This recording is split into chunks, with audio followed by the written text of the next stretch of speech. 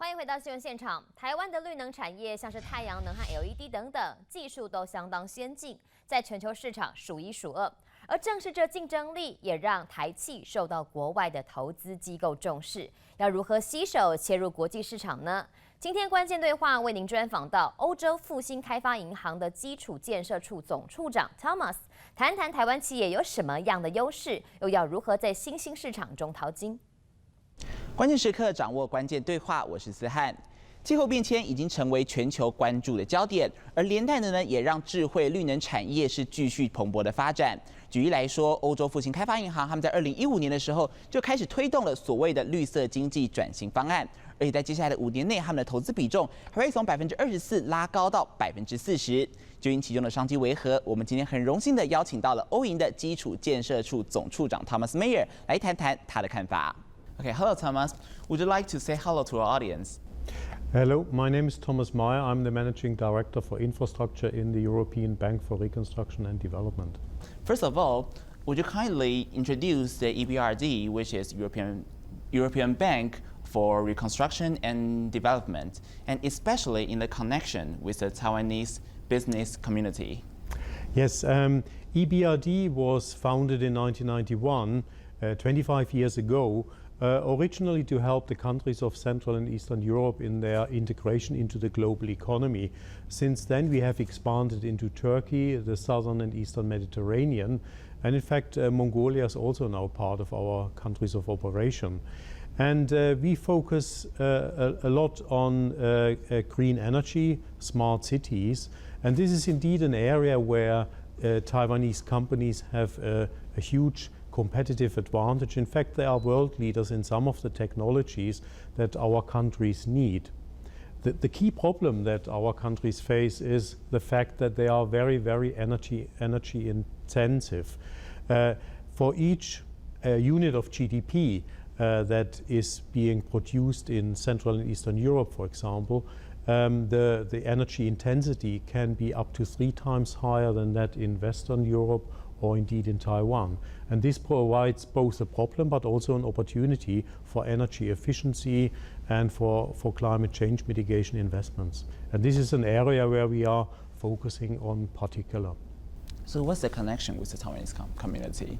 The fact that we are focusing very much on green energy, on energy efficiency, is a business opportunity for Taiwanese companies, because the companies that are located here are extremely good in innovative technologies such as LED, such as smart metering, traffic management, and so on. And indeed, over the last 5-6 years, over 40 business exchange visits have taken place between our clients in Central and Eastern Europe and North Africa and Taiwanese companies to showcase Taiwanese achievements, technology, and management achievements to tackle these issues. Okay, but to be honest, like most of the country in the EBRD's region are not familiar to Taiwanese company. So why do you think it would be safe for them to invest with the EBRD? Well, let's first look at some of the facts. To date, Taiwanese companies and financial institutions, together with EBRD, have invested and financed around 1.5 billion euros, which is not an inconsiderable amount. Now, secondly, the markets that we operate in EBRD may sound exotic to some Taiwanese companies, but in fact, the combined GDP of our countries of operations approaches around 3 trillion euro. Compare that, for example, with Vietnam, 200 billion. It's clear that our markets are 15 times that of Vietnam, for example, or Thailand, or similar markets where Taiwanese companies are particularly active in. So there are lots of opportunities. Now, of course, there are also lots of risks when you go abroad, and this is why EBRD has been set up precisely to help the private sector. Why are we so useful? Number one, we have lots of offices in our countries of operations that can help Taiwanese companies not only to invest, but also to have market intelligence and so on. Secondly, we are a recognized player with a long, strong track record and very good relationships with governments and a preferred creditor status. And that combination helps make investments safe. And this is the key attraction of an institution like EBRD. So it's really reliable, right? Absolutely. Reliability, connectivity, and problem-solving approaches. And as we know, that EBRD has invested in 36 countries and in many sectors for like 25 years. So which country or which sector would you recommend Taiwanese company to start with?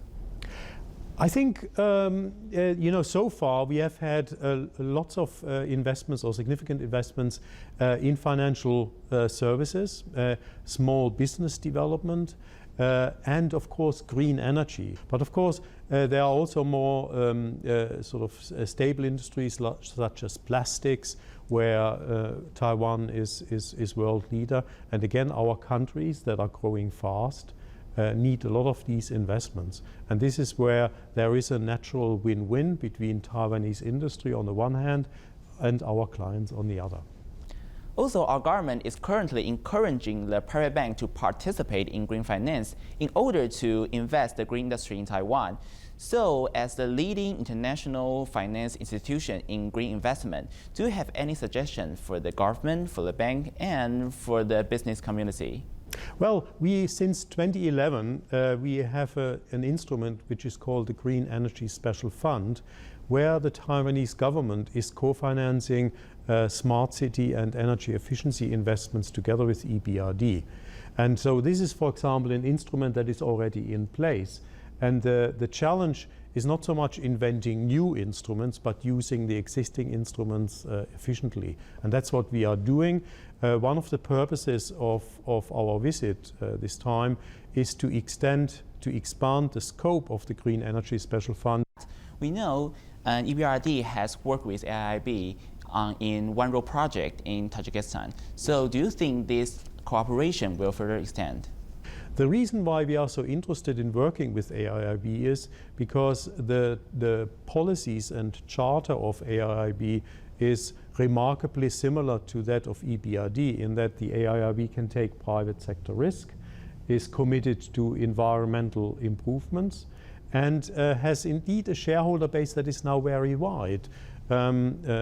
European countries, most European countries are now part of AIIB's shareholding, and many other countries around the globe. So AIIB has become truly an international IFI, where we think we can do business with in a win-win situation for our clients, for mitigation of climate change, and for our industrial partners. So, really nice to talk to you. Thanks for your time. 有鉴于台湾除了在资通讯产业上头有相当雄厚的实力，其实近年来在 LED、太阳能等等绿色产业上头也有长足的发展。要如何掌握自身的优势，并且抓住外部的机会，或许是台湾厂商在迈入下一个绿色新能源的机缘中不能错过的挑战。